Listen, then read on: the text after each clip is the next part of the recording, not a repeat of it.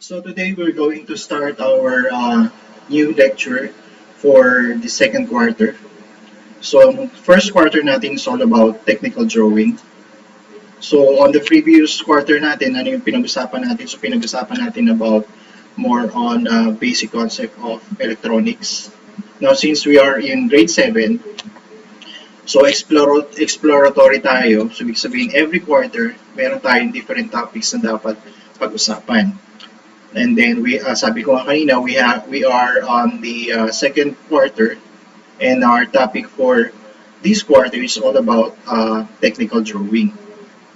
So on the first week of our topic, we're going to discuss about geometrical constructions, technical terms. So more on the basic definitions or terms na usually makikita natin doon sa ating paggawa ng mga drawings natin with regards to technical drawing.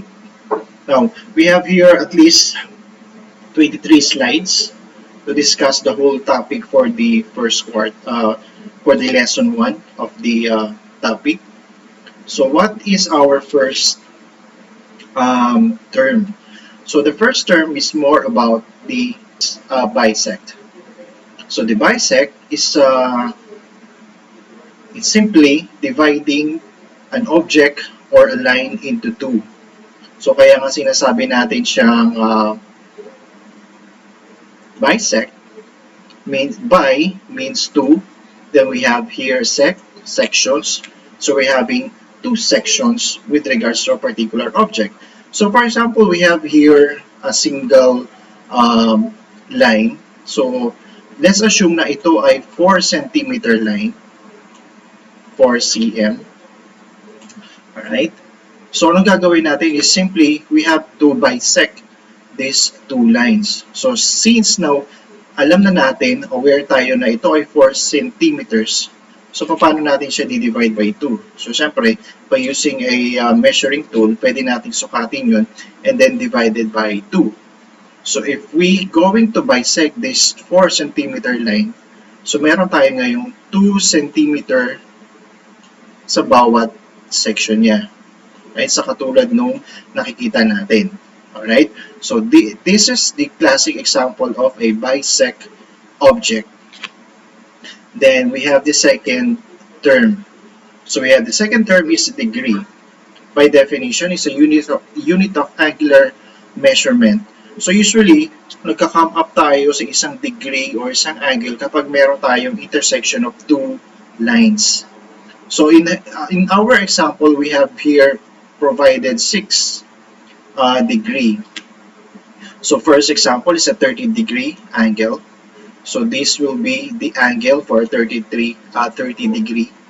Then we have the second example is 45 degree. So this is the 45-degree angle. Then we have here the second one is 60 degree. So this is the 60-degree angle. So basically, if you're going to notice all the measurement here, let's use the following symbol. Ito yung tinatawag nating a degree symbol. Then we have the fourth example. Ito yung tinatawag nating 90-degree angle, or usually it uses a degree measurement or unit to measure an angle. The second example is a 120-degree angle. Again, it uses the degree unit to measure the angle of 120. And then the sixth example is the 150 angle. So this is the 150 angle.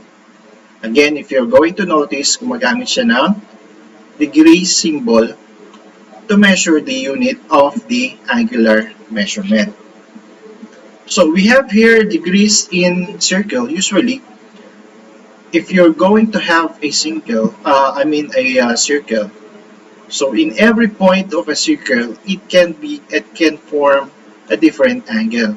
So for example, if you're going to use a 30-degree angle, so we're going to use this line as a reference for a 30-degree angle. So this will be the 30-degree angle, right? And then if you're going to to have a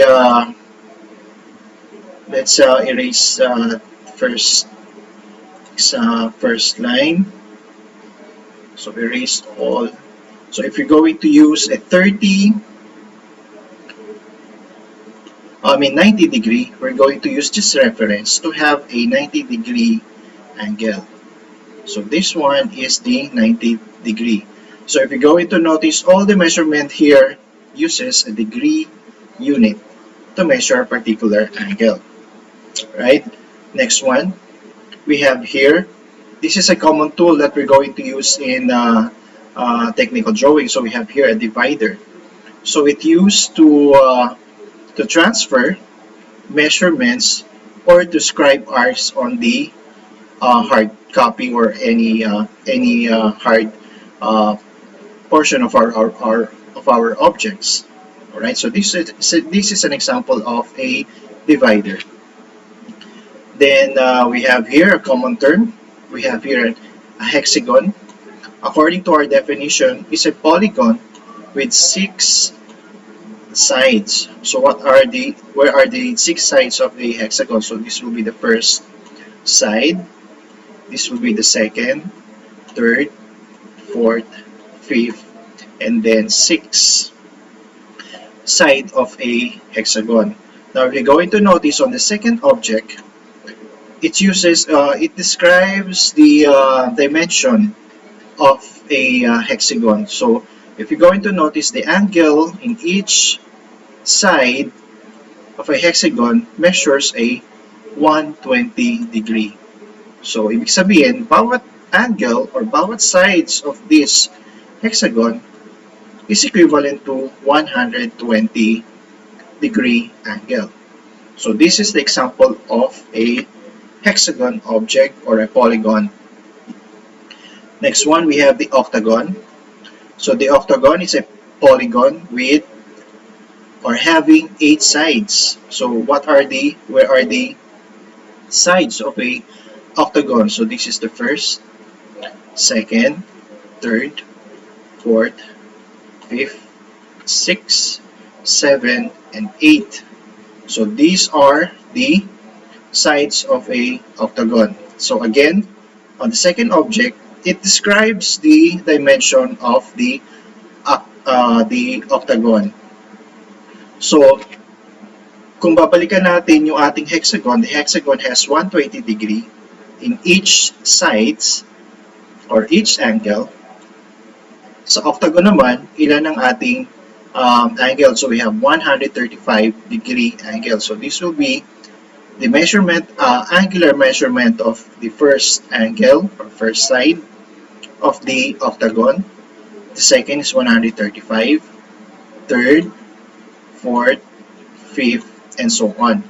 So equally, pare-pareho yung ating angle ng bawat side in every, sides ng ating octagon.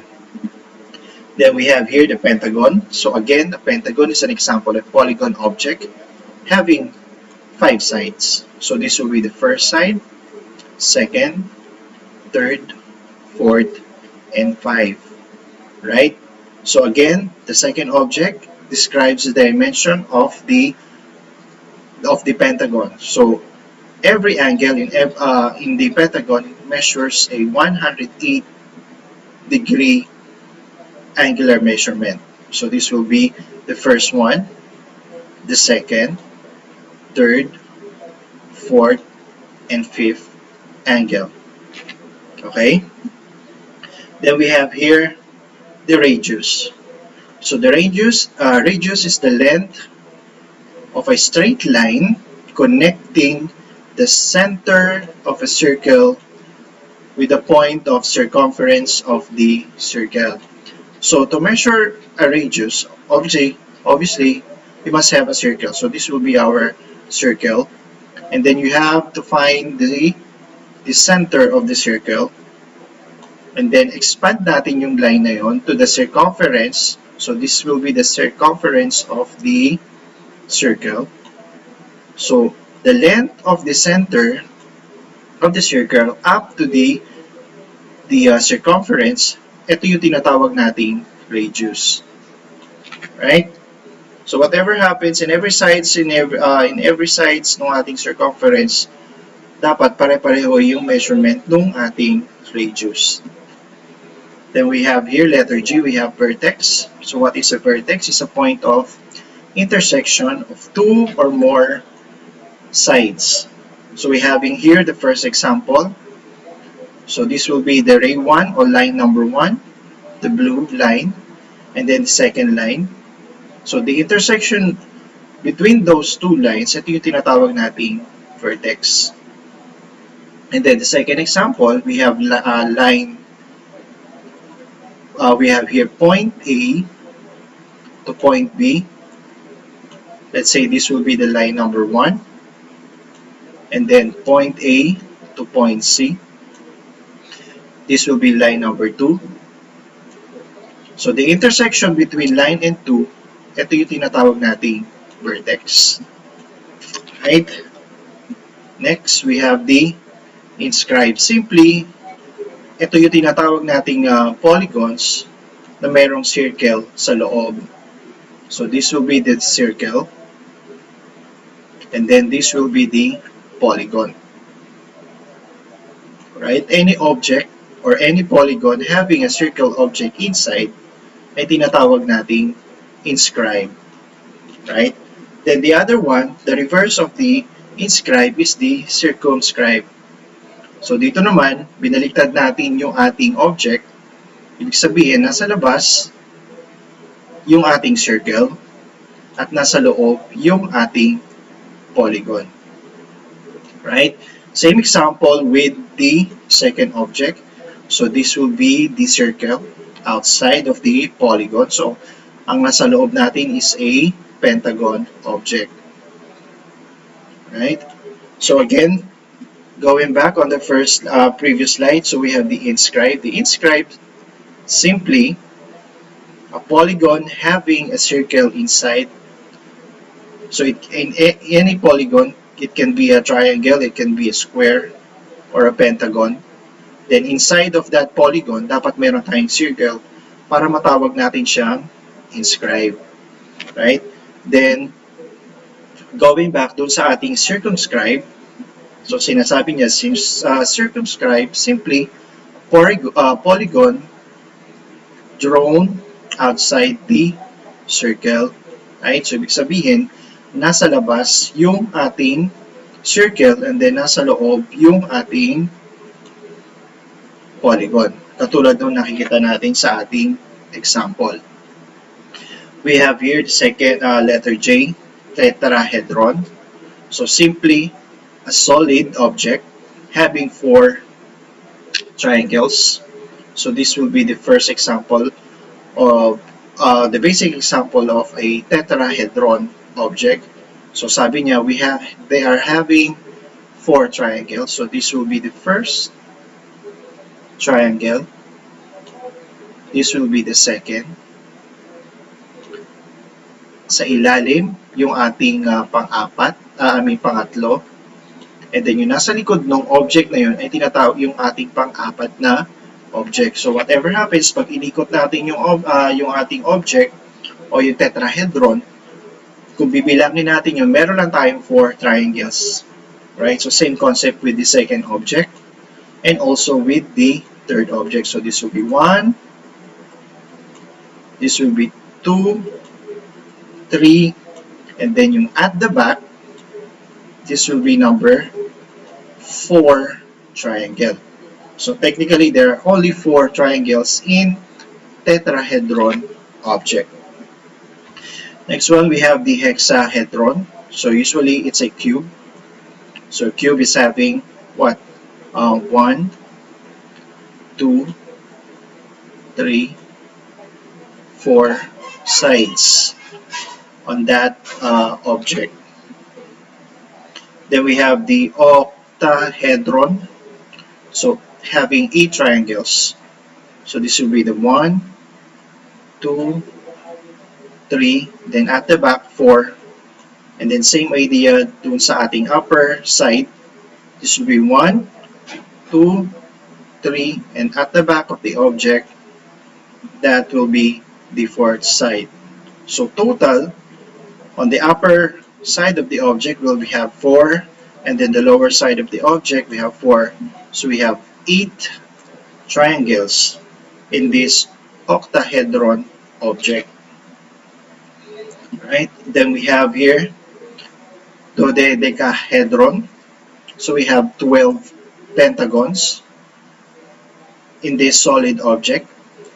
So kung bibilangin natin yan, dapat meron tayong 12 pentagons in every side of this dodecahedron object.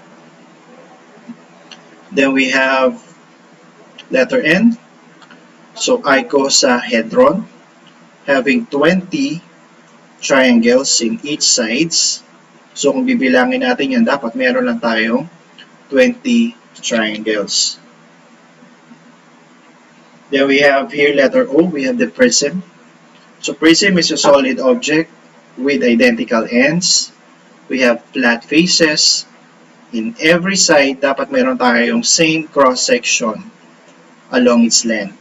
So kung titignan natin yan, so lahat ng tatlong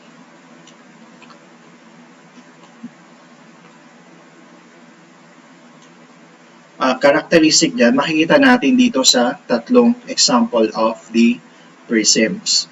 So kahit ikutin natin yung first object natin, which is the square pyramid, pare-pareho siyang merong identical ends.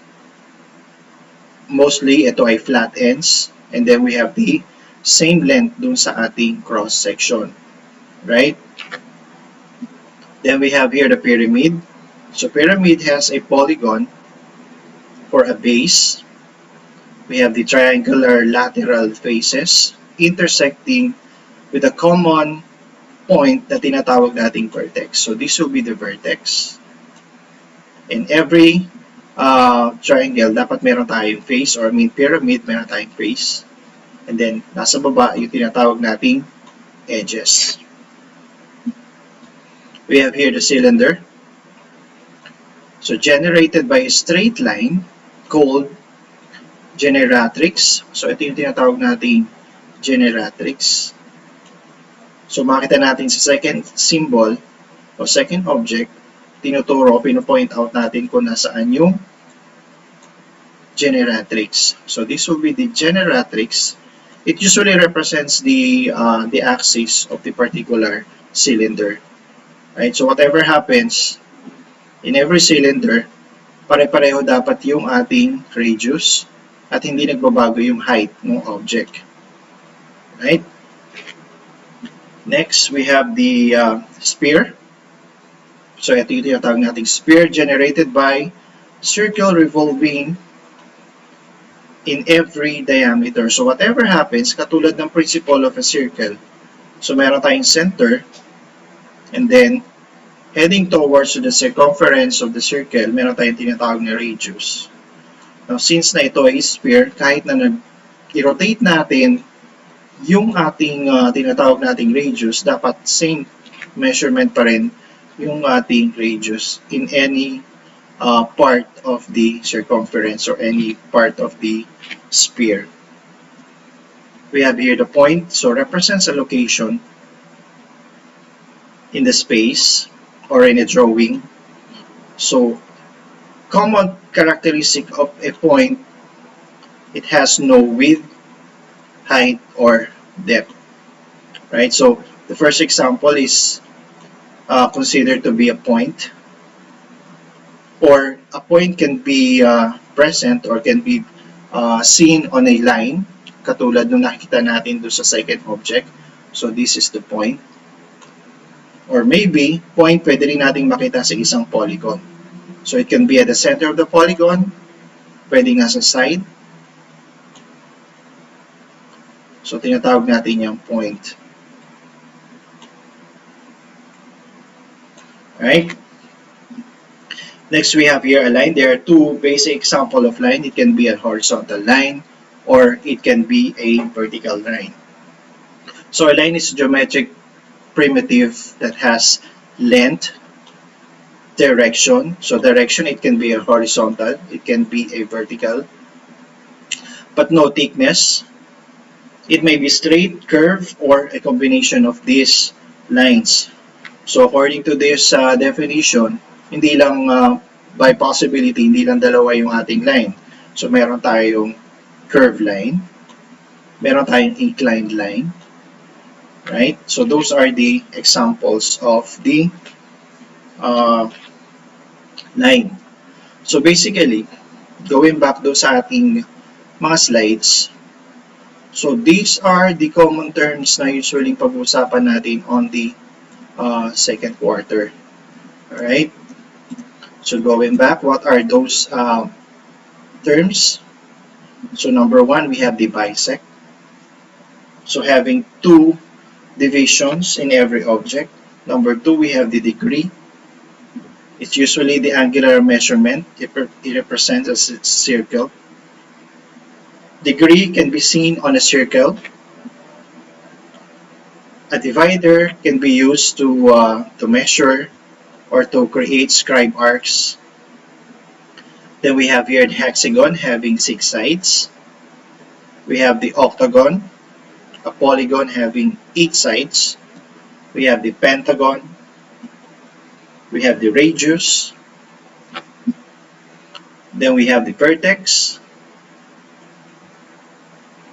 We have the inscribe.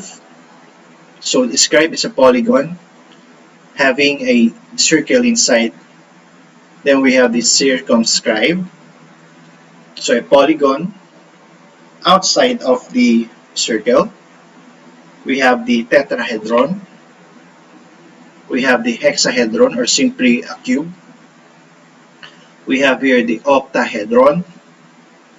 We have the dodecahedron. We have the icosahedron. We have here the prism. We have the pyramid. And then we have the cylinder and a sphere. And then we have the point. And then the last one is the line.